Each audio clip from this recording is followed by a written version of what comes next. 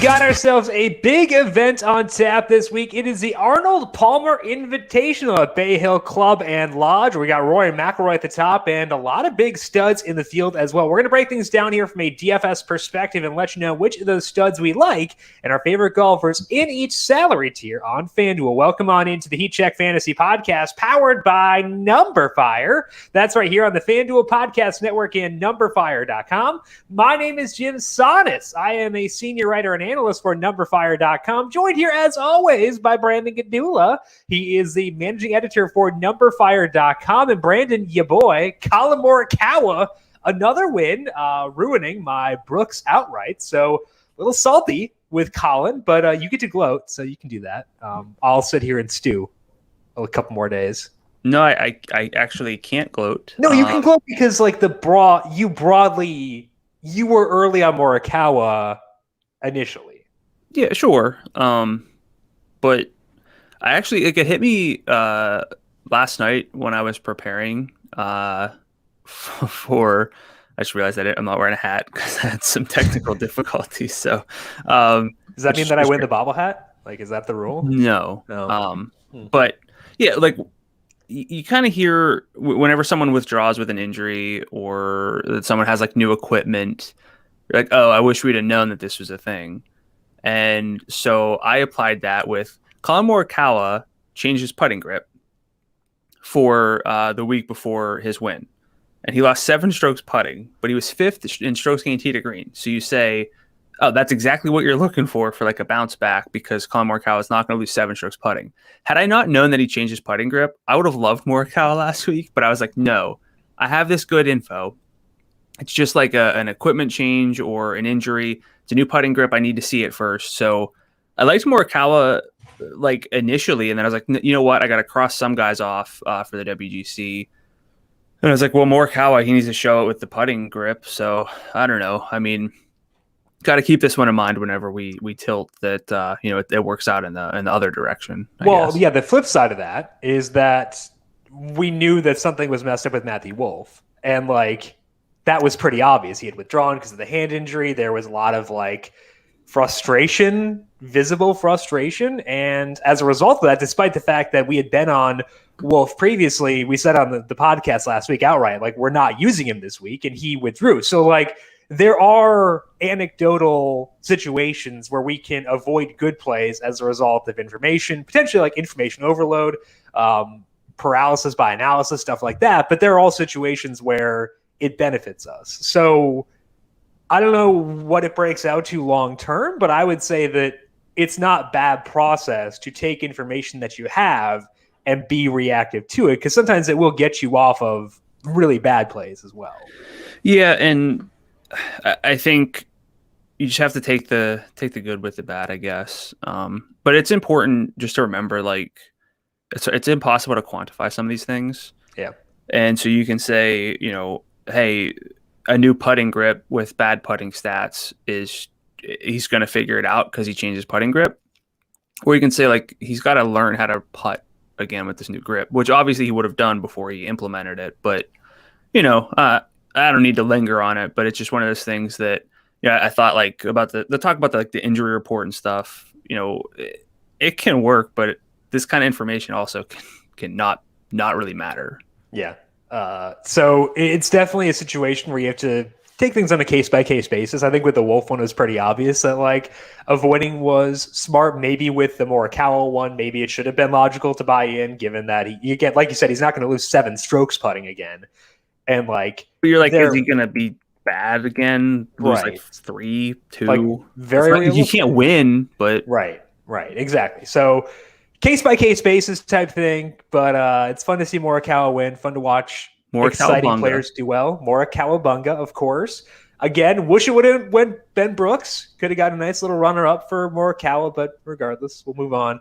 And talk about the Arnold Palmer Invitational here in just one second. But first, quick reminder, if you've not been doing so, check out Brandon's Q&A every Tuesday, 3:30 p.m. Eastern on the FanDuel YouTube, Twitch, Facebook, and Periscope. I don't know if Periscope's still around. I've asked this several times, but I never remember to check because after we stop recording, my mind goes blank. But whatever, YouTube, Twitch, Facebook. Check it out there. Ask Brandon questions about his win simulations. You can talk betting. You can talk DFS. You can talk golf, whatever it may be.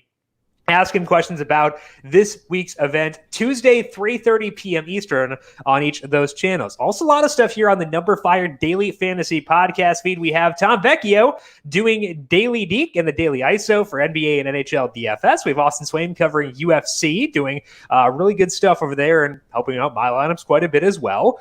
We have our PGA Heat Check every week and our NASCAR Heat Check, which is Thursday or Friday each week. It will normally be Friday 3:30 or 10:30. Not this week. I'll update you on that. But either way, those will be live on YouTube next week as well. Potentially this week too. A little bit up in the air for that one. But regardless, just make sure you are subscribed to the numberFire Daily Fantasy Podcast feed wherever you get your podcasts to get those right as they go live each and every day. Let's dig in here to the Arnold Palmer Invitational at Bay Hill Club and Lodge. It is 7,454 yards and a par 72. There are about 120 golfers in the field with traditional cut rules applying. So the percentage of golfers who will make the cut higher than usual. It's not a no-cut event as we had last week, but from a feel perspective, it's very similar to what we had 2 weeks ago with about 120 golfers in the field. So a good percentage of the golfers will make the cut, but still something we need to consider when filling out our lineups. If you look back to last year's event, there were no low scores there. Tyrrell Hatton won at 4 under, but that was heavily influenced by some terrible, terrible weather on the weekend. So that's something to consider. I will say, though, the weather does not look ideal for the weekend this year either. There's going to be rain on Friday or Saturday and then a lot of wind on Sunday. So I would expect this to be not necessarily a birdie fest once again. I wouldn't necessarily base that on what happened last year, but when you combine what happened last year with what the weather forecast looks like for this weekend, I would not expect anyone going like 18, 20 under or anything like that, just based on the way the course shakes out. So that's my read on things. Brandon, what do you see here when you look back at Bay Hill Club and Lodge? Yeah, I think the weather is going to sort of dictate a lot here. But if we dig back into things long term, we see that this is a ball striker's course, which is strokes gained approach primarily and strokes gained off the tee or just driving. So it's your driver and your irons. It's ball striking. There's an added emphasis, I think, just in what we see statistically, like. Strokes gained approach for us is always number one. I don't think there's been a week in years that we haven't put that stat at the top of the list. But it actually explains more of the scoring dispersion according to Data Golf than usual, and so does strokes gained off the tee. So again, that's why I'm going with those two stats at the top. And what we see is not even around the green fall off, but it's actually the putting a little bit, just in terms of what separates the scoring. Both distance and accuracy seem to matter more at Bay Hill than the average tour course. And I think driving, whether it's, driving distance is going to be one of my key stats, but you don't have to be long. It's not a disqualifier, but you have to gain strokes off the tee somehow for me this week. So I'm trying to play it kind of like a classic heat check week where it's effectively strokes gained tee to green, but specifically approach and off the tee. Downplaying putting a little bit, but I'm also not like ignoring putting because I'm over ignoring putting because you can't trust terrible putters. When you're hoping that not losing strokes putting is a good outcome, your win odds are very, very low. So I kind of have been making that a priority for me. But, as you mentioned already, we can see big swings in scoring variation because the wind can play a factor. So like you can maybe look at like wind splits, but I don't really trust those too much. I don't know why specifically, but I try to keep it a little more down the barrel, long term, bigger samples as well. I think bigger samples are always better for golf because it just explains a lot more. So my key stats this week are strokes gained approach, strokes gained off the tee, driving distance, and I will throw in birdie or better rate gained, even though it could be more of a bogey avoidance week. But I think I'll be pretty much covered with those big three at the top. Yeah, I think that I wound up going with distance as my off the tee stats. I think that it would have been either that or strokes gained off the tee, because looking back at golfers who have done well here historically, you do see Matthew Fitzpatrick popping up in the leaderboard. Colin Morikawa, like for the overall 2020 season, was not super long, but he did well here last year. 2019, you had Francesco Molinari and Matthew Fitzpatrick near the top of the leaderboard, and those guys are not long, but it does seem like on the whole, because of the quality of the field here, it definitely helps to be long. And so I am going to go with distance as my out the tee stat as opposed to accuracy. But like you said, I'm not going to cross off someone who is not long. Like, I think that there are some guys who are just quality golfers. I'm not – I don't know. Well, you're going to talk about Matthew Fitzpatrick in a bit. I'm not going to cross him off just because he's not long. I'm not going to view it as a positive that he's other, in his archetype, but I think I'm not going to cross him off. That's where I settle in there. I still think that putting is going to be something that I'm going to weigh in this week.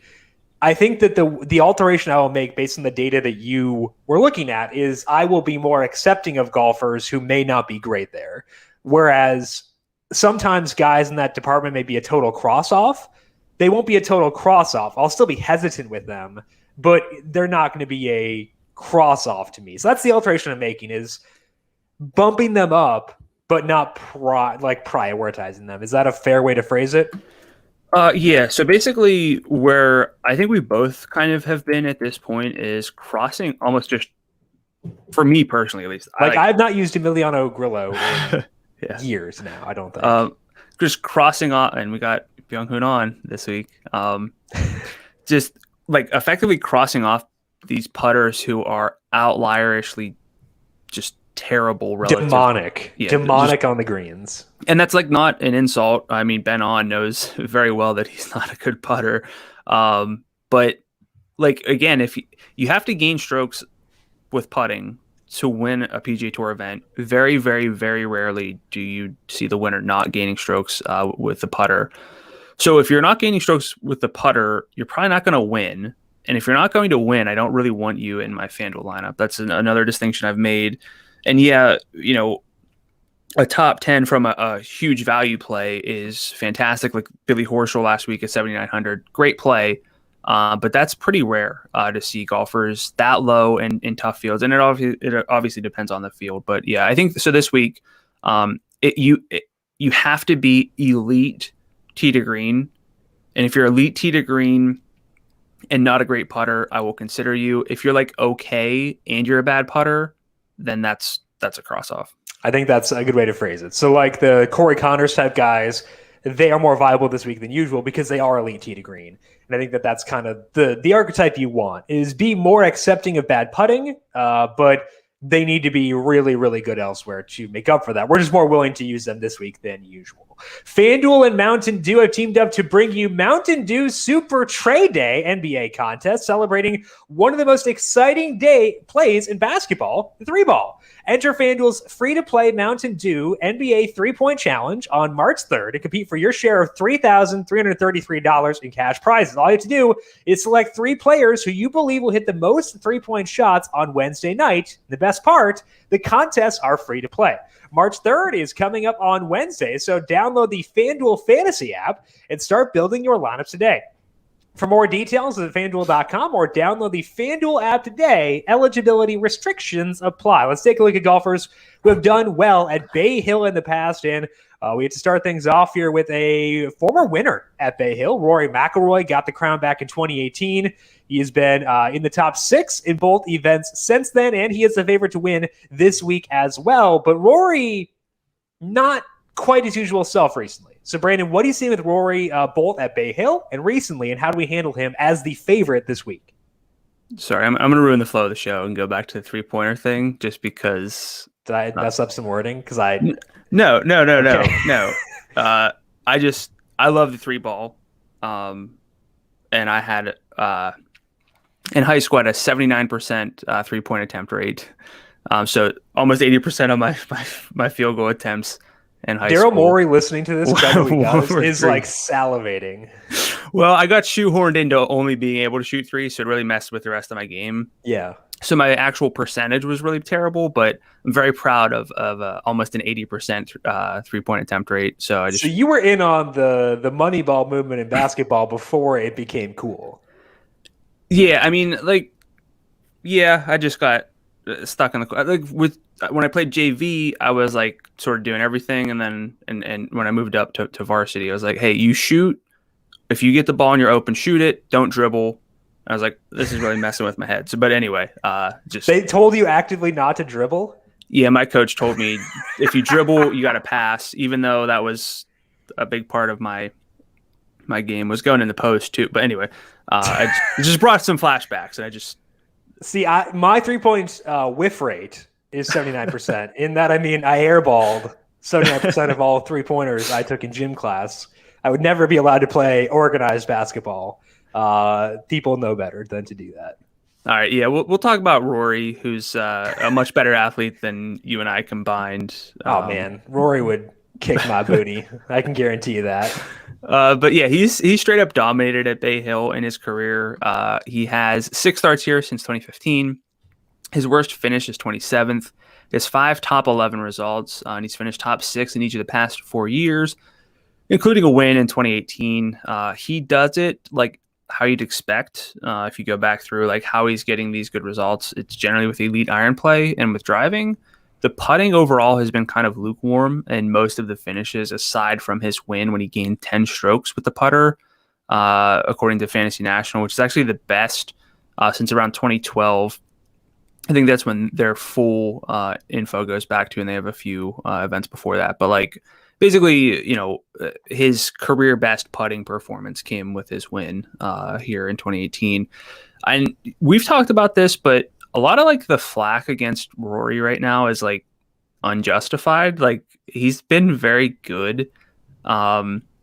The irons have not been up to Rory level. They've been closer to like PGA Tour average, which is definitely that's justified. But like he's still finishing well. He got 4 top 16 finishes in 5 events in 2021.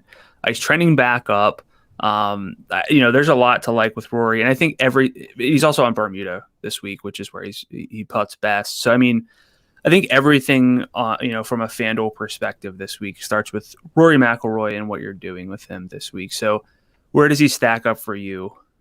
I think that everything that you said is the reason that I like McIlroy a lot this week and would like to be at least even with the field on him, if not overweight. I definitely don't want to go underweight because I think that the sentiment around him is this word can sometimes be weird, but it's toxic enough where I think that he's not going to be unpopular. But like if we're talking normally a guy who is plus 850 and the highest salary golfer, if I project them at a 40% roster rate, I can scale that back to 33-ish% for McIlroy.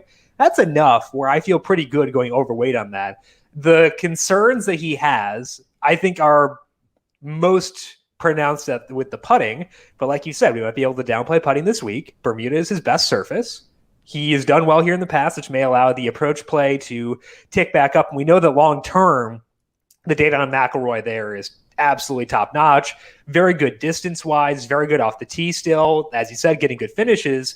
I think that all adds up to me saying I want McIlroy to be someone I am overweight on.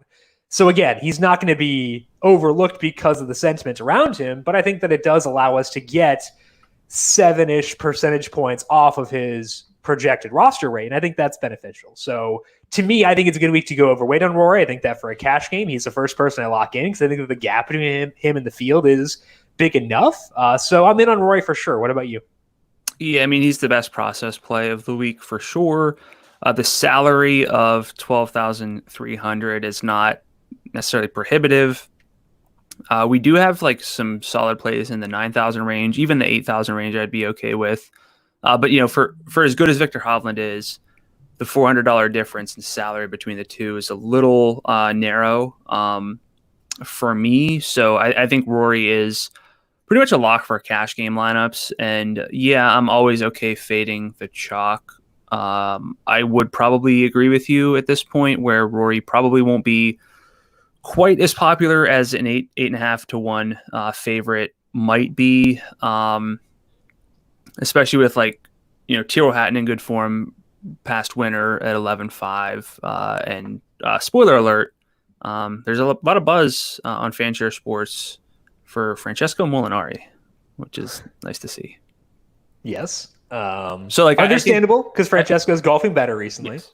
But And Matthew Fitzpatrick's up there too. So like I think that there are reasons to not view Rory for most people not to view Rory in a tier of his own, and look at how good Victor Hovland's been. And he also had like some highlightable chips on Sunday, and I think that could inflate the popularity of Hovland too. Yeah. So I think that there will be plenty of reasons to expect Rory. He's still going to be the most popular play, I would imagine, pretty comfortably, but yeah, a little bit lower than normal. Yeah, flatter than usual. Now, let's talk here about Sungjae Im, because Sungjae has been to Bay Hill twice, but finished third both times. Seems good. Last year, he did it largely off the tee and around the green. He gained 3.7 and 5.3 there, respectively. In the around the green play specifically, not the most sustainable performance. But the year before that, he gained 6.6 in approach. So in the 2 trips to Bay Hill for Sungjae, he's featured in all 3 departments at some point. We talked about Sungjae quite a bit recently, and he's still doing decent, but things are starting to get a little bit rocky again. He's lost at least 2.3 on approach in 3 of his past 5 events.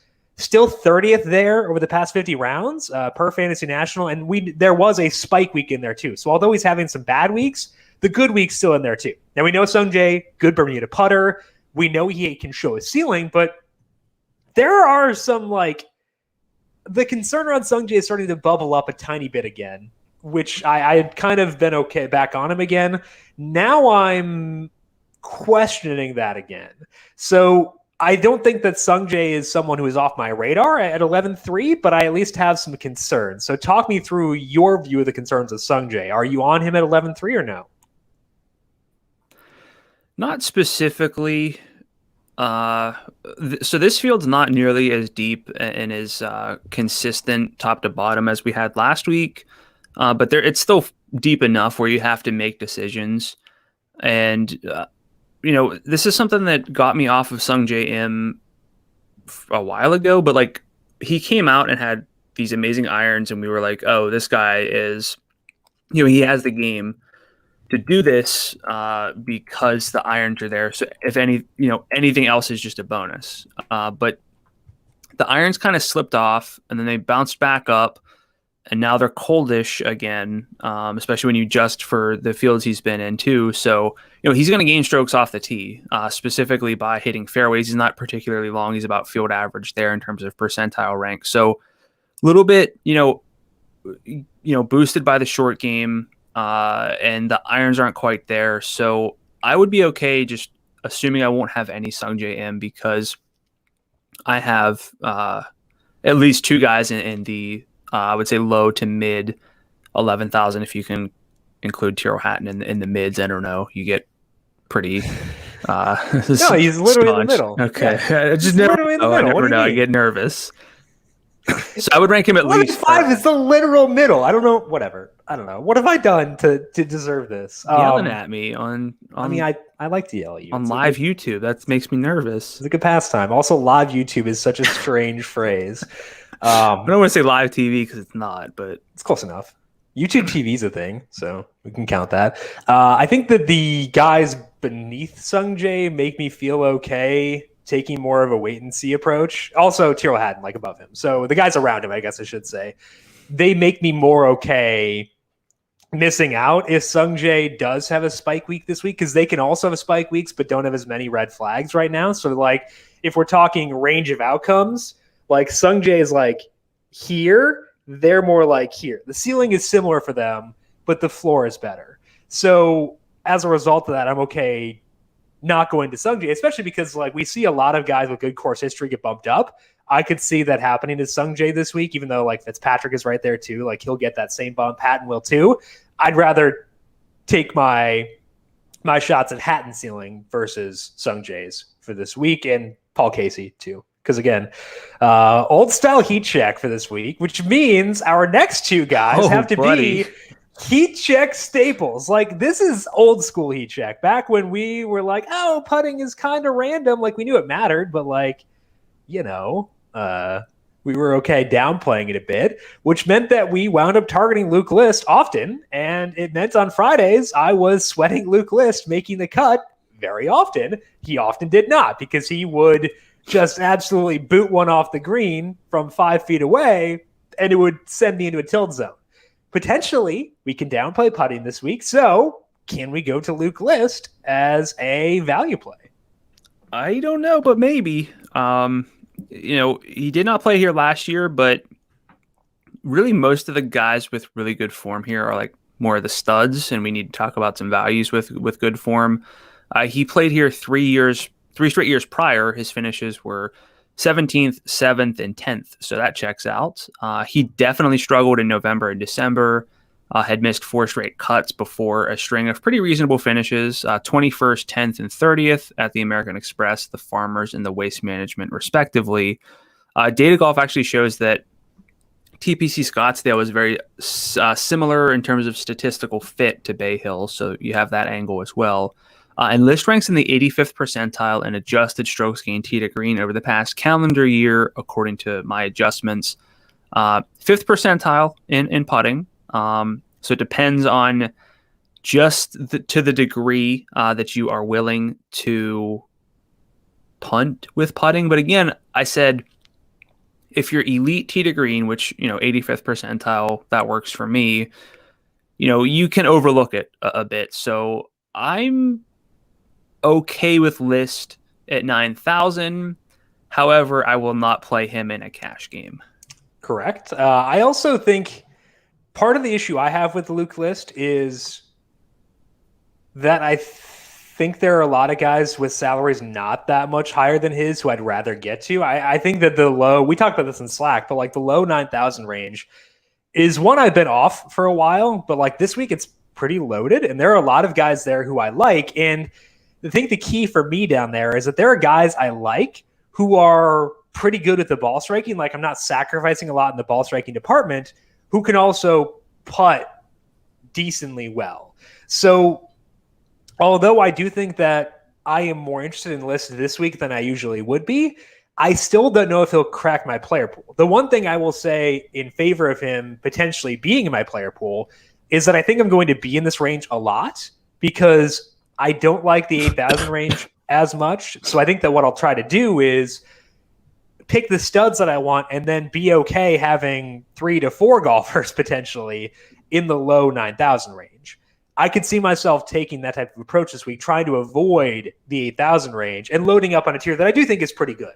So it's a bit of a different approach for me than usual, where I think I will be in the low 9,000 range. And I think that the guys at the 93, 92, 91 area are better than Luke List because their red flags are less pronounced than his, and they're not bad ball strikers either. So I could see myself getting there, but I'm not going to actively seek him out by any means. So who specifically do you like so much there? You want a list? Yeah. Okay, so Cameron Tringale is 95. That's a little bit up. Cameron Davis is at 96. I would include him there as well. Going down lower, closer to List, Taylor Gooch is $9,400. Okay with that. Lonzo Griffin, 93. Charlie Hoffman had some injury concerns not that long ago, but has bounced back with some good showings. I could be okay with him. Corey Connors is $9,100. I like him quite a bit. I think those are the guys I would rank above List as of right now. Yeah, I mean, I wouldn't specifically compare Tringale and Davis. I like Davis a lot this week, but I mean, I'm always good with Taylor Gooch.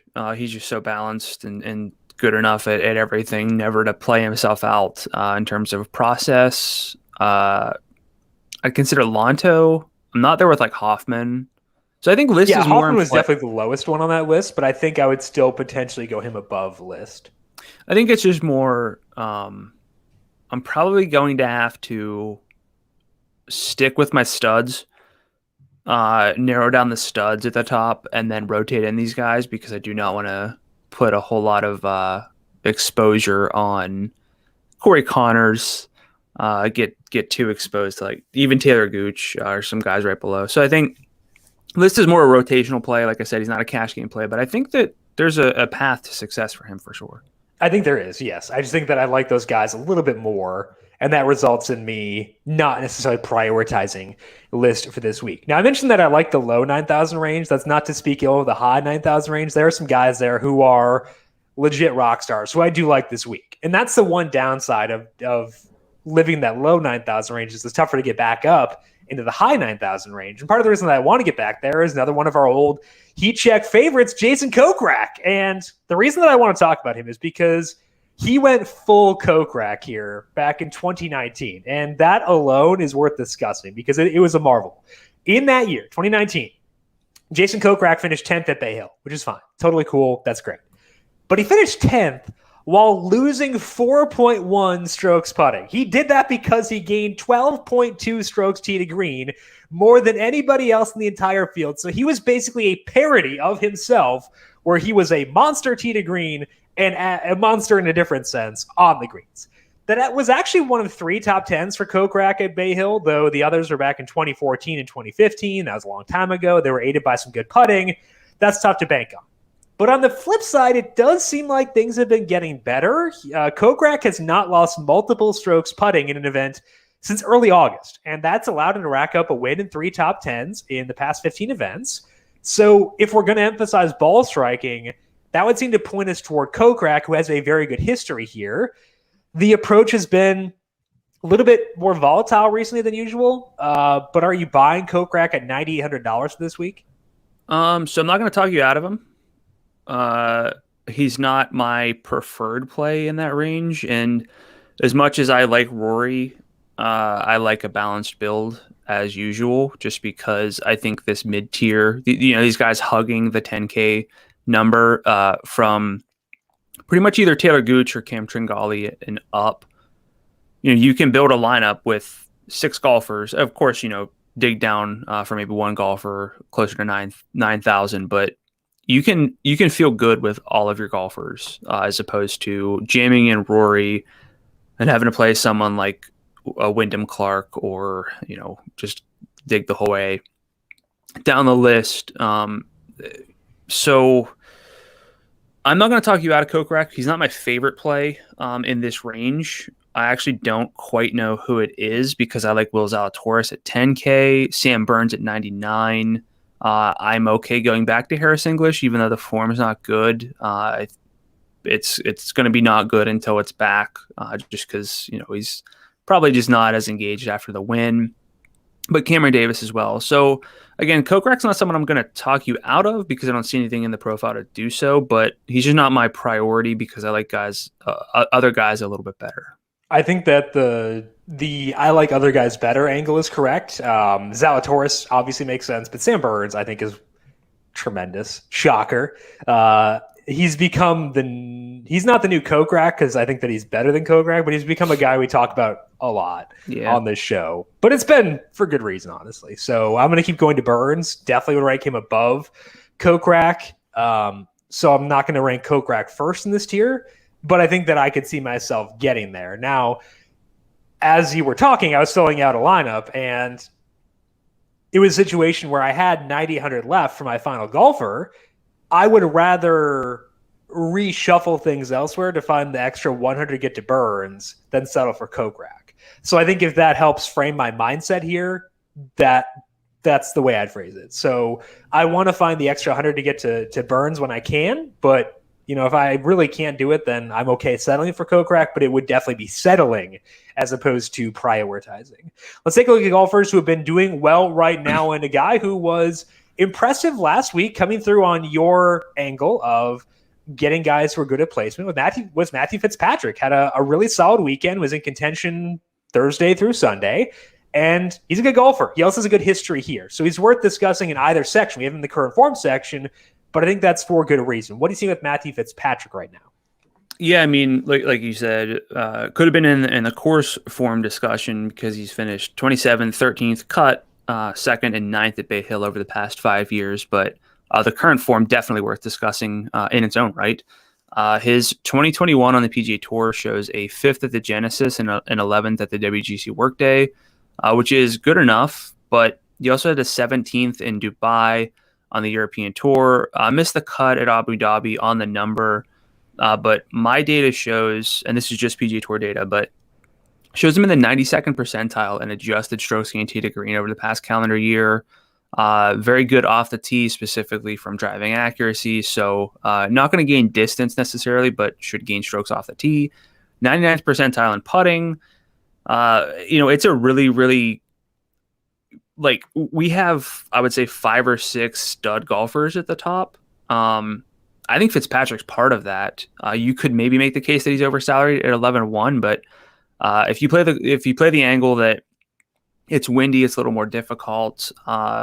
He fits. If you play like ball striking matters, he has that.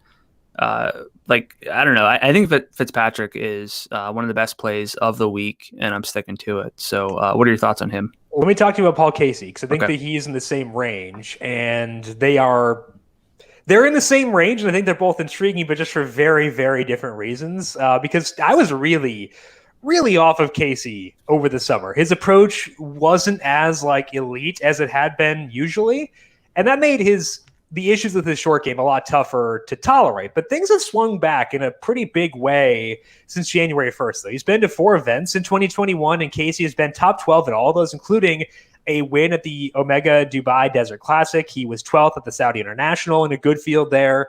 In the 2 stateside tournaments, Casey has been 8th and 5th, gained 9.6 tee to green in one and 6.5 in approach on another, or 6.5 in approach in that one. His measured rounds at the AT&T Pro-Am, he gained at least 1.2 in every department. Now, Casey's back up to 14th in distance. He ranks 13th in approach over the past 50 rounds. So the ball striking will be there. He is 97th in Bermuda putting. That's not good, and it's a concern. But he also has not played this event since 2017. So if you're looking for course knowledge, Fitzpatrick holds the edge. But I like Casey from the ball striking perspective. He also has good finishes like Fitzpatrick does. We have reason to like him. He just takes a very different path to getting there. So I would probably go Casey over Fitzpatrick for this event. It sounds like you are going Fitzpatrick over Casey, correct? Yeah, 10 times out of 10 for me. Do you want to do a bet? Yeah. Okay. FanDuel points straight up. Yeah. I think that the median outcome for Fitzpatrick is higher than Casey's, but I also want to have the actions, so I'm going to take this bet. I think that upside... You dominate me in our head-to-head bets, mostly because I picked Xander against other stars. Didn't we have a web one last week? No. What did we have last week? Xander versus JT, and you won that. You've won 3 in a row of our picks.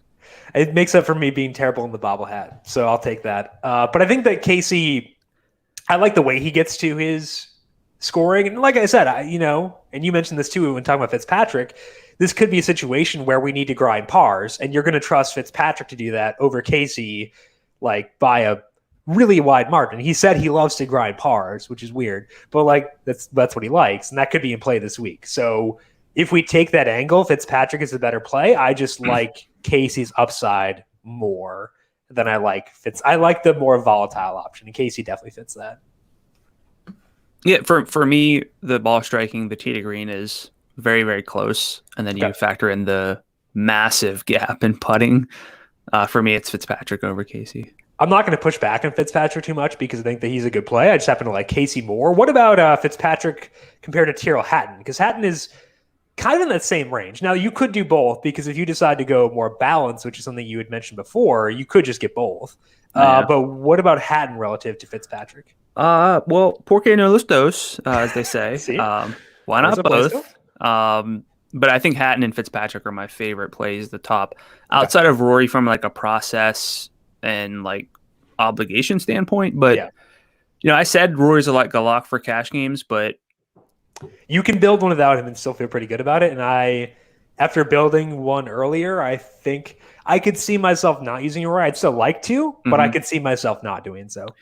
Yeah. I mean, there are a few low level sort of, I hate calling pro golfers and pro athletes punt plays, but there are a few that can get you to Rory.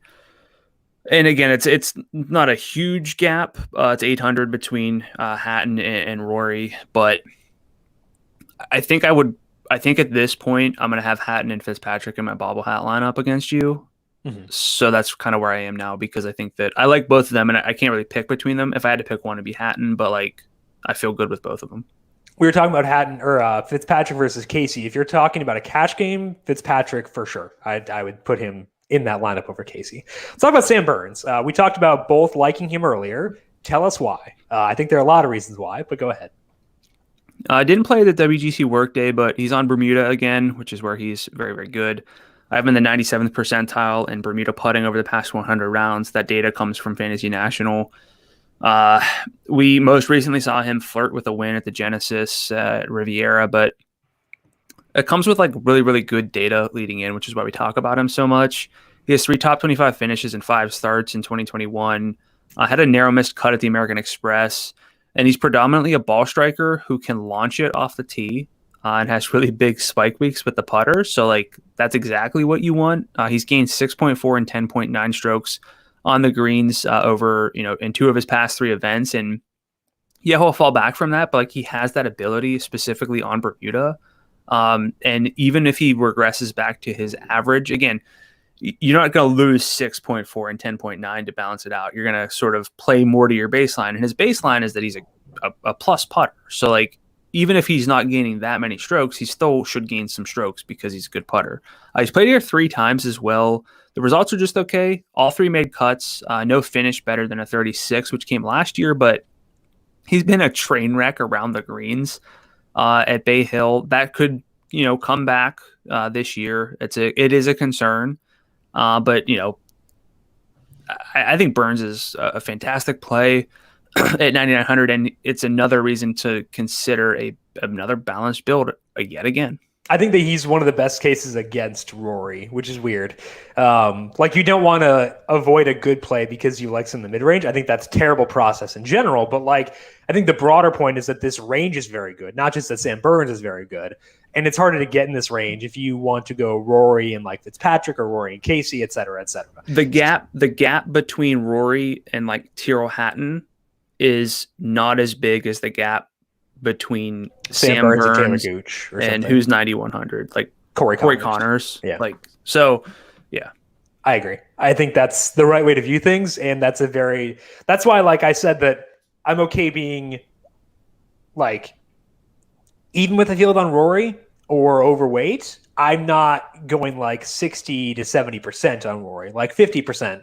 If I go 50% Rory, that still gives me 50% of my lives where I can use guys like Burns pretty heavily and feel very good about it. So, spoiler alert for our win picks, Sam Burns will be one of mine for probably like the 3rd or 4th time since we started tracking these around the Masters, I would guess. But he'll be one of my win picks for this week. 43-1 to win. I think that is a tremendous number. And I'm going to go there again this week. You're counting twice so far. It'll be 3 times now. So we'll bank it in there. But it's a very good tier. I have Burns 1 in that very good tier. Do you agree? Yeah, I think so. Okay, cool. Let's talk about the guy right beneath that tier and Cameron Tringali. He's a little bit lower salary than Burns at $9,500, but that puts him in the middle of a very good tier as well. And I think that Tringali is part of the reason that tier is good. I'll put it that way. Tringali seemed to pick things up in July with his off the tee play ticking back up. It's still not great there, but it's definitely better than it was. Over the past 13 events, Tringali has 11 made cuts and 3 top 10s. 2 of those were 3rd place finishes, so there is upside there. And this is largely because his iron game is very good. He's gained at least 4 strokes on approach in 5 of those 13 events. He ranks 40th in distance, 11th in approach, and 46th in Bermuda putting, so well-rounded. But there are also good options around him, though, Brandon. So we like the Burns tier. I at least like the tier beneath him as well. And you like Cameron Davis, I think, more than I do, but I like him as well. Does Tringali do enough to stand out to you when there are so many good options around him? He didn't, but there's really not much in his profile to dislike.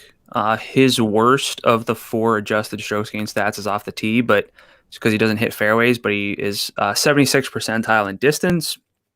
Good enough on Bermuda in the 63rd percentile. Really good like bogey avoidance numbers, which, I don't love to trust like unadjusted birdie and like bogey avoidance numbers. They are adjusted for the field from Fantasy National, but not like field strength. But either way, we know he should be able to gain some distance, putt it well enough, have good irons. So Tringali is someone I would consider, but he's not at the top of the list for me. Yeah, and I think that that's fair because again, it's a really good tier. So I can't push back. Like it's kind of just pick your favorites out of that range because they're all really good options. It's hard to push back, but I think that Tringali, like I was talking about before, how if I had $100 on the table between Kokrak and Burns, I'd try to find a way to get the $100 back to get to Burns. If I've got 9,500 on the table and it's choosing between Tringali and Cameron Davis, I'll just take Tringali there. If there's no easy fix, I think that's the way I view that. Where I'm very okay with that $100 gap personally. Do you want to do a cam bet? No, because I think that Davis is the better play. Okay. I just don't want to reconfigure my lineup to get to him, if that makes sense. I got you. Yeah, but I think they're both options. They're both awesome. It's very weird that they're very similar, and I hate it. And not similar like from a golf perspective, but like a salary win odds perspective. It's annoying and very confusing. Speaking of bookmaker odds, let's check out those for this week. Rory Mcilroy, the favorite, plus +850 at FanDuel Sportsbook. Victor Hovland is 12-1. Bryson DeChambeau, 13-1. Tyrrell Hatton on an island at 17-1. Patrick Reed is 21-1. Sung J M is 23-1. Paul Casey, 24. Hideki Matsuyama and Matthew Fitzpatrick round out the top group here at 27-1. So we talked about Hatton, we talked about Fitzpatrick, Casey, et cetera, et cetera. Who is your number 2 guy for DFS behind McIlroy this week? So for DFS, it's going to be Hatton. It would possibly be Hovland, but the salary gap's not quite enough. But like my win sims like Bryson the most. My win sims seem to be a little flatter this week than some others that I've seen, with Bryson at 7.7 to lead the way. I've been on Bryson for a few weeks now, so I feel like if I jump off, and I don't think we really even like mentioned Bryson yet, like in any sort of discussion standpoint. But for DFS behind Rory, it's going to be Hatton, and then I think Hovland is a very, very good play, but at 11.9, it's not enough of a savings necessarily. So I would say Hatton number 2 pretty clearly. I go Hatton as well. I think that like if I have the half of the lineups where I don't have Rory, I think that Hatton is the most logical person to start things off with at 11.5, because that's a really good discount at 11.5 for him. I would probably go Paul Casey second. Gonna regret it, but that's okay. I've never regretted anything in the past. So I think that Hatton and Casey are the 2 guys I would turn to after I get to Rory, just because I think that the upside on them is really solid. The salaries, I think, are solid for them too, so I'm okay with them for sure. Which golfers' odds have shifted since things opened yesterday? Rory actually went from 9.5 to 8.5 to 1. Jason Day, 32 to 30 to 1 on FanDuel Sportsbook. Francesco Molinari, former winner, 35 to 31. And actually, the past 5 winners have not been American. For if that's something that you kind of like trends, baby, trends for. Yeah, I mean, it makes sense with how this course can play. So I don't think it's completely random. Louis Oosthuizen, 39 to 33. Will Zalatoris, 38 to 34. Our boy, all in Jason Kokrak. He's got pocket aces, kings, pocket queens, pocket aces, making up his own games. 49 to 38. Tommy Fleetwood, 44 to 39. Sam Burns, 49 to 43. Harris English, 65 to 60, which is nice to see, just because English has been falling. And then Corey Connors, you and I were talking about this before, opened at 140 to 1, so it got it. Like, I don't usually let that give me some concern, but it did. But he's down to 90 to 1, which makes a little more sense. He's actually had 2 separate movements because he was 140. I pulled at 120. He's at 90 now. So it seems like there has been continued action on Connors, which is encouraging. Yeah. I think that is a correction of a bad opening number, though. I don't think it's like saying like, oh, you need to use Corey Connors. I think it's a correction of a bad opening number for him. Yeah. With Harris English, things were rough last week, to say the least. They've been rough, yeah. Yeah, and I think that that's noteworthy for sure. But when you look at the numbers on him, the ball striking good enough, and the short game still projects to be really good. So I talked about really liking Sam Burns and being good with Jason Kokrak. That does not mean I am out on Harris English at a similar salary. How would you phrase things with English? Same. Okay. Like I'm there because I know what the long-term form is. and it's very, very good for the salary. It's one of those, like, he won and then the data fell off, which is fairly common to see. So it's, when's he going to click it back on, or is he done forever, which is it's probably not the case. So, I'm there, but he can't be a priority just because of the sort of personal, like, off course kind of angle that we could play. Right. Any noteworthy golfers lengthening since things opened? Yeah, I threw these in the sheet just because, but Matthew Fitzpatrick, 23 to 27, Mark Leishman, 41 to 46, Cameron Tringali, 70 to 80, and then your boy Charlie Hoffman, 100 to 120. We talked around Francesco Molinari, saying that he tracks to be popular this week based on the tags over at Fanshare Sports. He is a past winner here.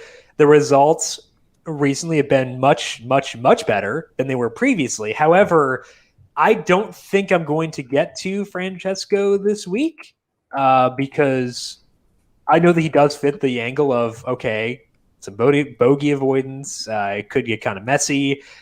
I think that while the recent stuff is encouraging, I'm okay avoiding him if he'll be popular, and it seems like he will be. What are you doing with Molinari this week? Yeah, if he's popular, I'll be all right. So for anyone listening, just try to keep an eye out, look into some stuff. But there's a lot to like, and I just hope he wins the Open. I can say that. Yes, absolutely. Which lower salary golfers have odds to stand out to you? There's not a whole lot. So if this is part of your process, you're not going to get a ton of value from doing this. But Kevin Kisner, 70 to 1 at 9,500. Christian Bezadenhout is 75 to 1. Cam Tringali, 80 to 1. Siwoo Kim, Corey Connors, 90 to 1. And Brandon Grace, 95 to 1 as well. He's only 7,800 though. And then if you want to look for some lower end, bigger salary savers, Lee Westwood, Keith Mitchell, both 100 to 1, right around the 8,500 salary range. So Brandon Grace is mis-salaried. I think it's similar to the Brendan Steele situation from a couple weeks ago, but it's not as drastic, I would say, as the Steele one. I am not as inclined to go at Grace at $7,800 as I was with Steele. I think that you could definitely justify it because the approach play is pretty good. Definitely not a bad putter. I just don't know if it's enough of a discount for me to feel super eager to go there. What is your view of Grace at $7,800? So he won the Puerto Rico Open last week. That's, I think, a big factor in this. It's not a strong field. I think he probably was a little too good for that field. So, it's one of those things I think we can get too caught up in finishing positions, especially on, hate to say it, but even the European Tour, it's not nearly as good as the PGA Tour. It's very similar to the Korn Ferry Tour level. So an alternate field event, that doesn't mean a whole lot to me. Yep. So I think he'll just be more popular than he should be. So I wouldn't fault anyone for playing Brandon Grace, but I'm not going to do it myself. Yeah, same here. I think, like I said, not enough of a discount for me to be all in by any means. Weather for this week, like I said, pretty gross on the weekend. It's going to rain Saturday. That seems pretty much a lock. It looks like it could be pretty gross there, specifically in the afternoon. It doesn't matter, obviously, for tee times because it's the weekend, but it's noteworthy that it'll be gross then. And also Sunday, the rain goes away, but the wind sticks around. It'll be above 15 miles per hour all day, and will even touch 20 miles per hour. So it was gross last year. We're going to have gross weather on the weekend this time around as well. Take note of that. I think that the one implication of that is it does make the chalk a bit riskier because we could see more variance in the outcomes. So, if Rory winds up tracking to be about 40% as opposed to the 33%, that would change my view of him. If he winds up, if I think he'll be 40, then I might scale things back and be a tiny bit underweight. Whereas as of right now, I'm okay going to 50% on him. Any other takeaways for you based on a rough forecast for the weekend specifically? I'll probably get asked about tee time stacking and waves. I think it's a little tricky to do. It's trickier than it seems generally. So I don't try to dig into that too much unless there's a tee time stack full of golfers I actually like anyway. So that's the one thing I always try to caution against. Don't play golfers who project to have good wind splits if you don't really like anything about them. I would also say if you're playing like a third round only slate, maybe check out the weather then, because it does seem like there will be gaps in the weather then, because then you will know the tee times for that. So if you're playing Saturday only, maybe check it out there. But for the full weekend, I think you just keep in mind that things might be more volatile than usual. Let's dive into our player picks here for the Arnold Palmer Invitational based on the salaries over at FanDuel. Brandon, what you got in the upper tier? Speaking of volatility, Tyrrell Hatton, just from his different kind of volatility. Yeah. He's 11-5, last year's winner. That's part of the reason to like him. I usually never like last year's winner, but I don't think there's enough being made about like Hatton right now, despite everything. He has the best long-term adjusted irons in the field, according to my data. 89th percentile or better in adjusted strokes gained off the tee and putting as well. He's been good on Bermuda. He's in very, very good form. He won in Abu Dhabi, was 22nd in Dubai, 6th at the Saudi International, 22nd at the WGC Workday. But I think there's a lot to like with Hatton. And yes, I think Rory is the best play. I think we're overlooking just by default. Like, we can only talk about so many guys. We're overlooking Victor Hovland and Bryson a bit, but that's because I'm okay with Hatton in this field with the skill set needed to succeed at Bay Hill. I also want to note, we were just talking about like international events not being the same strength. The Saudi and the Dubai Desert Classic are different because those are really there's a lot of money, basically. So they're really good fields. I don't think we need to downplay those as much as like a regular Euro Tour event. That's the note I would make there, because we're going to cite that with Casey and with Fitzpatrick as well. But yeah, the Saudi is different than the Puerto Rico. Slightly. Well, also different than a generic Euro Tour event. Yeah, is what I was clarifying. Yes. Yeah. So that's a good. Yeah, that's good, because we're gonna talk about those events. So worth noting that we shouldn't downplay those. Like I said, if I'm not going Rory, Hatton is my number one. But Rory, as mentioned, is my favorite because our big concern with him is putting usually, and that's less of an issue here. So he can lean on the other impressive parts of his game. His best surface, Bermuda. He is 34th there over the past 100 rounds per Fantasy National. He's also one of the guys who could benefit if putting does wind up mattering less, which Brandon mentioned could be an angle for this week. Ranks 46th in approach, and that's not great. But in the 4 events since January 1st, McIlroy has gained at least 1.8 in approach in all 3 of them. Or in 3 of the 4, he's been largely solid in the other aspects. He did miss the cut at the Genesis, and that was rough. But that's still his lone event outside the top 25 in his past 10 events. So although we've seen some negative sentiment on Rory, it's not like he's super far off, and his red flags are less concerning this week than usual. So I think I do want to start my cash game with Rory. If I can't get there, that's okay. But I want to start there, and I do want to get there pretty often in tournaments too. Any final thoughts for you on Rory? No, I think you covered it. Like, I think, again, and I'll say it again, best process play, maybe not a must play. Because we have some other options. Absolutely. Who are those other options? Who else do you like up here in this top range? I'm going to stick with Matthew Fitzpatrick at 11-1. I think it's a good number, a fair number. 1,200 off of Rory's salary. He could definitely benefit if the course does play windy, plays tough. That's what he likes to do. And frankly, he's like on par with these other studs. If you look at the long-term adjusted form, I have him in the 92nd percentile in adjusted strokes gained tee to green. 86 percentile or better off the tee and with approach. Just S-tier putter, fantastic putter. So I think he fits from just about every angle. And just while we were kind of have like the Euro Tour stuff still fresh on our minds, according to the official World Golf rankings, the strength of field for the Saudis at 395. The Sony Open was at 341. Abu Dhabi 300. Dubai was a 292, and the Puerto Rico Open was a 28. So very different. Yes. Good field. those performances matter, which is why we can be into Fitzpatrick, but it's also why I can be into Paul Casey. I'm back in. He's similar to Rory, where if his drawbacks are less awful this week, it's hard not to be in on Casey. He is 14th in distance and 13th in approach the past 50 rounds. Nobody else with a salary higher than $10,000 is in the top 15 in both those categories. So you want ball striking? Paul Casey's got it. He is putting up competitive performances against tough fields, and this one is solid, but it's not like a major. So I think that allows me to feel good about his salary at 11,000. It also helps offset Rory's salary a bit, which doesn't hurt matters too much. I think that in looking at things from a tiering perspective, at least to me, with the way that I view things, I think there is a drop-off after Casey at $11,000. As a result of that, I want to target him because I think that if being the last guy in your tier is a pretty valuable thing to have. So I do like Paul Casey. The one thing I hate here is that because we bet Casey versus Matthew Fitzpatrick, I have to root against my guy, Matty Fitz, and I'm not in that position very often. So you've put me in a bad spot, and I'm going to resent you for it.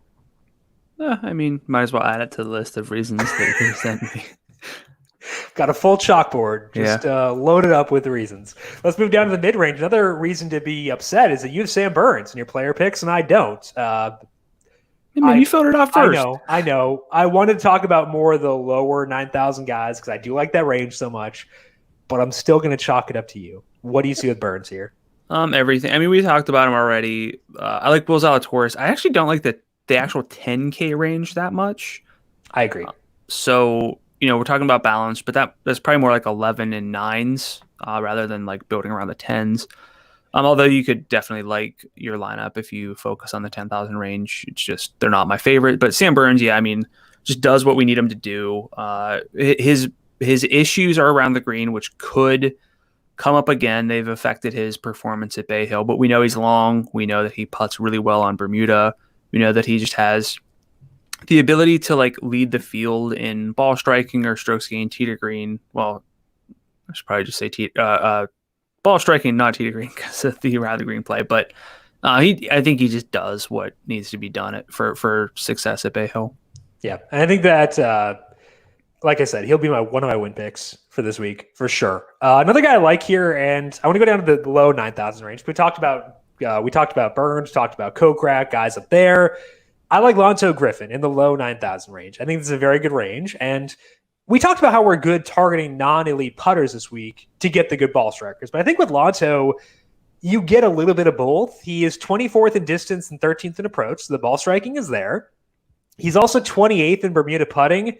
He had a 7th at Farmers back in January. So I think he has a ceiling. He gained 5.7 on approach there, 4.1 last week at the WGC workday. So tough field, still really good approach play.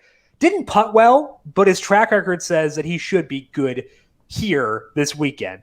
Griffin is just $9,300. He checks a lot of boxes, and even in a really good tier, I think that Lonzo might be my favorite this week. And Brandon, usually you're more the Lonzo guy. I've not heard you discuss him yet for this week. What are you seeing with him for the Arnold Palmer? Yeah, I don't know why I didn't really land on him because he does the things that I'm primarily looking for. 91st percent in approach, 79th percentile distance, good on Bermuda. Like, that's the checklist. The only red flag, I mean, he has a red flag, so he's below 25th percentile for me around the green and with hitting fairways, but you can probably downplay those a little bit in favor of everything else that he does really well. And I'm okay having not as accurate golfers this week, so that might be part of the reason why I like Griffin as much as I do. Which other mid-range guys do you like this week? Another not accurate golfer, but Cameron Davis. 95th percentile distance, 89th percentile adjusted strokes gained, tee to green overall, from being 93rd percentile off the tee, 81st in approach.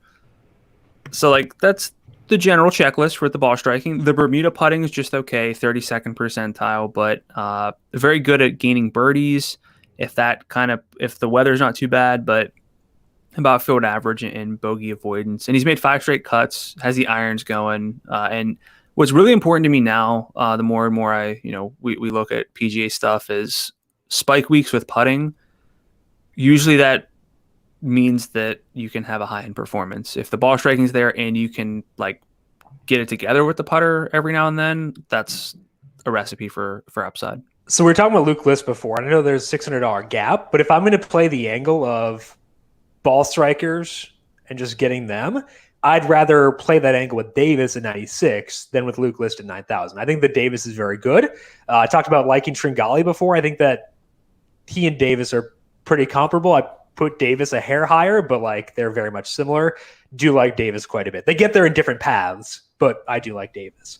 My second mid-range guy is Corey Connors at $9,100 because I want to buy the dip. He finally had a bad putting week at the Genesis 2 weeks ago. I know that finally is stupid with him given his long track history of bad putting, but it had been a while since he'd had a bad putting week. That output was predictable. That's a POA putting surface, which is easily his worst putting split. So he lost 3.1 strokes in just 2 rounds, which is the most he has lost since August. But now Connors is back on Bermuda where he has been showing improvements. It still isn't like great, but it shouldn't be as bad as it was previously. Connors, 42nd in the field in distance and 20th in approach. He can be very accurate. So if you do want to play the all-around off the tee angle, he fits that. The past here at this event does include 2 missed cuts for Connors, but he's a better golfer now than he was then, specifically in the short game. So I have faith in a bounce back here in Connors at $9,100. Where do you sit with him for this week? Yeah, he's in the mix for a cash game because the tee to green performance is so good. I have him 96th percentile overall. The putting not there, but like again, if your putting's not good, you need to be elite tee to green. That's what he is. So I would consider him for a cash game. Never safe to play bad putters in like a cash game or even a smaller field, like a 10 person, something like that. So I'm there with Connors, just more of a tournament play still. I agree. Let's move down to the low range. I don't like the 8,000 range as much this week personally. I don't know your sentiment on it, but give me your thoughts on the 8,000 range in general and then who you like down here. In general, it's a lot of darts, and we've been talking about this more and more, mostly because I feel bad that we don't talk about very many golfers. Like they all have. Like, when I fill out my lineups, I don't use those guys. I'm not going to talk about guys I don't want to use. Yeah. And I don't feel bad. Yes, when one of them pops, it's like, oh, you had to have that guy. But you're saying you're nitpicking one of like 40 golfers who happens to pop, and it's just a low success strategy. So I'm going to talk about Byung-Hun An for the first time in like a year on this podcast. And anyone who's listened for the entirety of this podcast knows that we talked about Ben An probably more than anyone ever until we started to factor in putting more. But he fits at 8,900 if you are okay downplaying putting. If you are not, do not play Byung-Hun An. But he is in the 84th percentile in adjusted strokes gained tee to green over the past year. Very particularly good with the irons, 84th percentile as well. 31st percentile off the tee, but he's 86th percentile in distance. So he's long, has good irons, actually really good around the green. The blemish is the putter. It's a very big blemish. But if you say this is about ball striking and putting it close and putting doesn't matter as much, we could see Ben An emerge. I'm okay taking that angle only because there isn't a lot I like in the 9,000 or the 8,000 range. Like if I use Byung-Hun An and accept his imperfections, it's not as if I'm passing up a perfect golfer. Would you rank An above List then, I assume? I think it's close. I might just go that route. Okay. But yeah, it's close. Again, this is just like the field drops off a lot here. Yeah. And every week I talk about a balanced lineup, it feels like, but it's got some appeal this week. Yeah, I think so. I would like to avoid this tier, maybe not via balance, but via peppering the low 9,000 range. But I think the one guy I actually do kind of like down here is Hendrick Norlander. The ball striking is good for Norlander, and he showed a ceiling recently, which makes it easier to get here. He was runner-up at the Farmers earlier this year. He was also 12th at the American Express, top 26 at the Waste Management in Pebble Beach.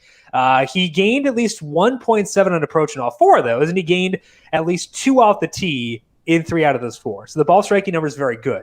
Norlander is at his best on Bermuda. ranks 27th there the past 100 rounds. So he's not going to win. His win odds are very long. I think he's 140-1. And that's a bummer because you do want 6 cracks at a winner in your lineup.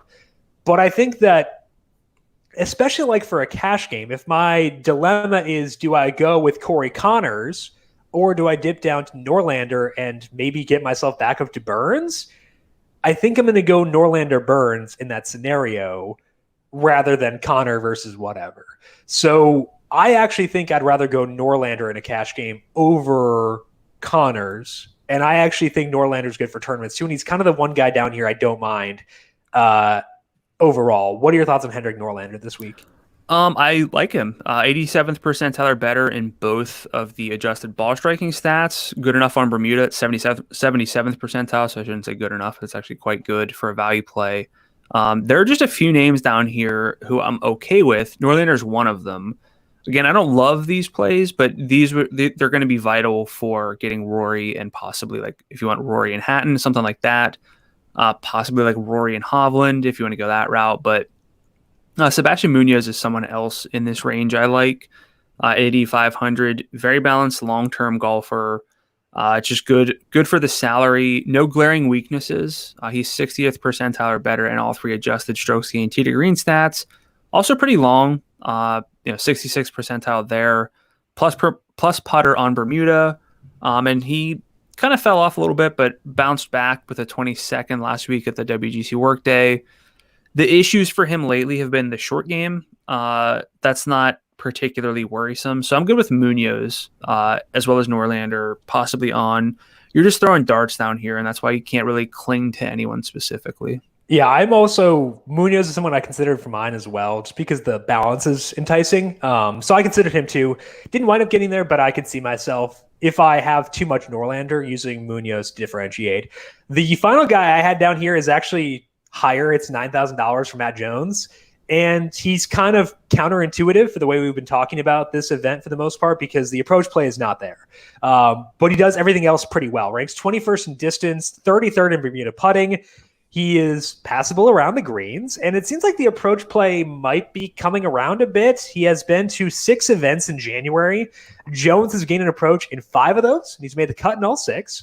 He actually gained 4.6 in approach at the Sony, and it helped him finish 11th there.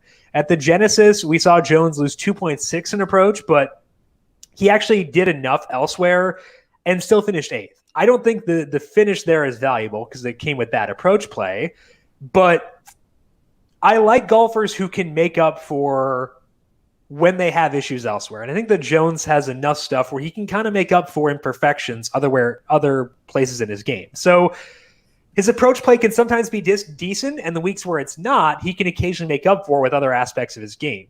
So again, I'd much rather find the salary to get up to a Corey Connors, get back up to Lonzo, get back to those guys when I can.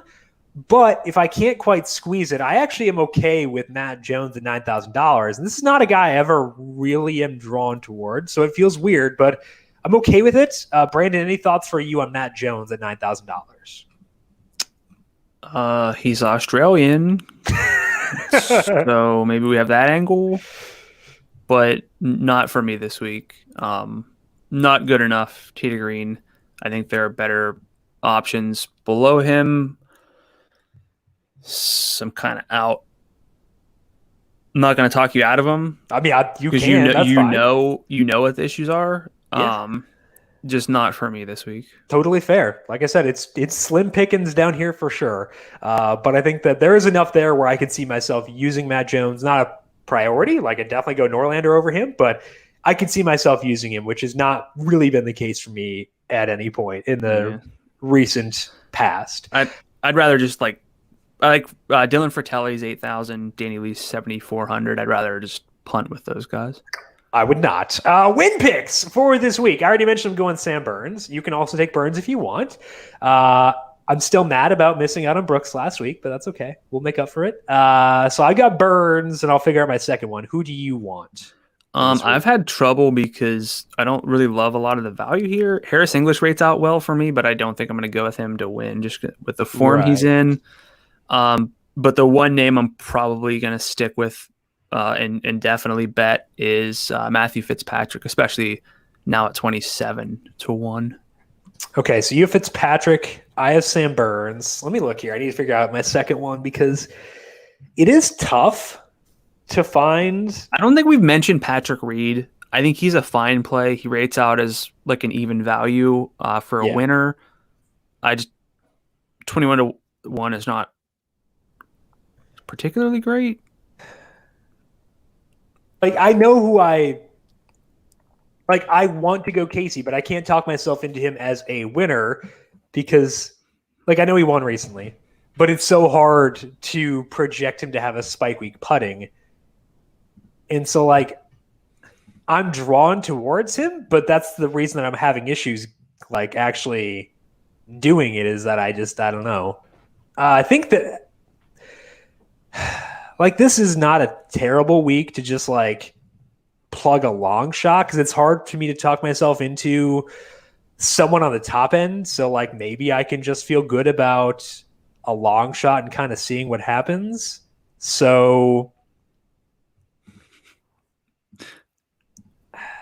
I mean, I'm laughing at you because, like, you're on the clock right now, but I've also been struggling just because, like Bryson rates out as a good value, but I don't like enough of his. Like, I think that there are better plays. And if I'm specifically looking for, like, value, it's again Harris English, Kevin Kisner at 70-1, but I don't want to play him at a ball striking course. Patrick Reed again is fine. I'm kind of between, like, a Will Zalatoris at 34 and Cam Davis at 65. So I might just go with Cameron Davis at 65. Okay. I like that. All right. Well, we're going to do it. Going Lonzo, 100-1.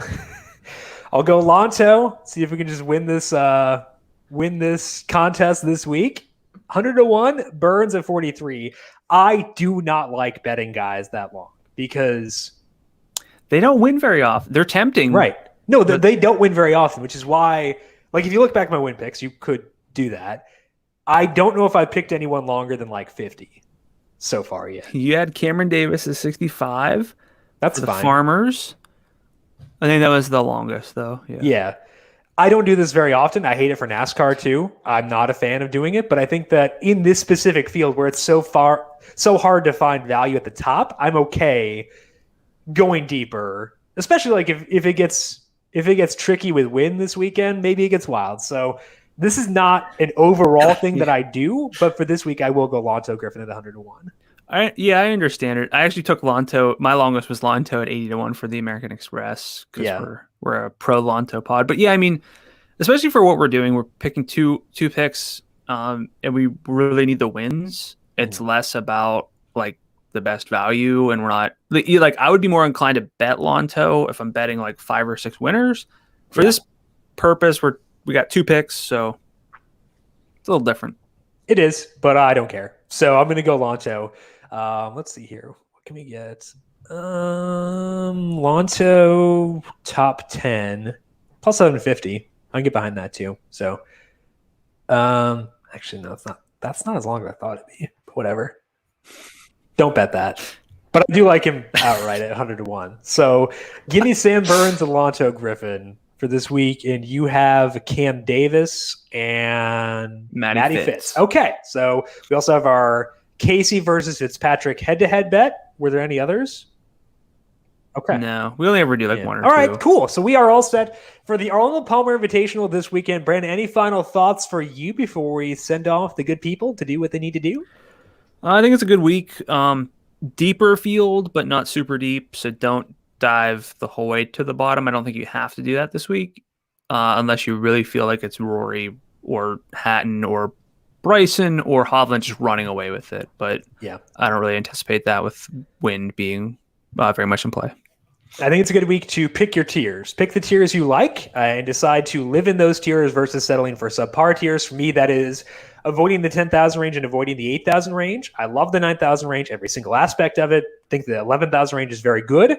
So to me, it'll be a week to live in the tiers that I like and avoid the ones I do not. That is all the time that we have for today here on the Heat Check. But as mentioned, later on Tuesday, Brandon has his PGA Q&A, 3:30 p.m. Eastern on the FanDuel YouTube, Twitch, and Facebook pages. Make sure you are subscribed there and check in at 3:30 p.m. Eastern to talk with Brandon about his win sims, his betting picks, and his favorite DFS plays for the Arnold Palmer. Brandon, people have questions for you on Twitter. Where can they find you there? I'm at Gdula13, GDULA13. And I'm at Jim Sannes, JIMSANNES. You can also follow the FanDuel Podcast Network at FanDuel Podcast. Make sure you are subscribed to the numberFire Daily Fantasy Podcast feed to get our NHL, NBA, UFC, and NASCAR podcasts as they go up throughout this week. Big thank you to Calvin Theobald, our video producer, for running the video side of things here today. Thank you, Cal, as always. And thank you to everyone for tuning in. Good luck to you at the Arnold Palmer with your DFS and your betting slips. And we'll talk to you once again next week. This has been the Heat Check Fantasy Podcast powered by numberFire.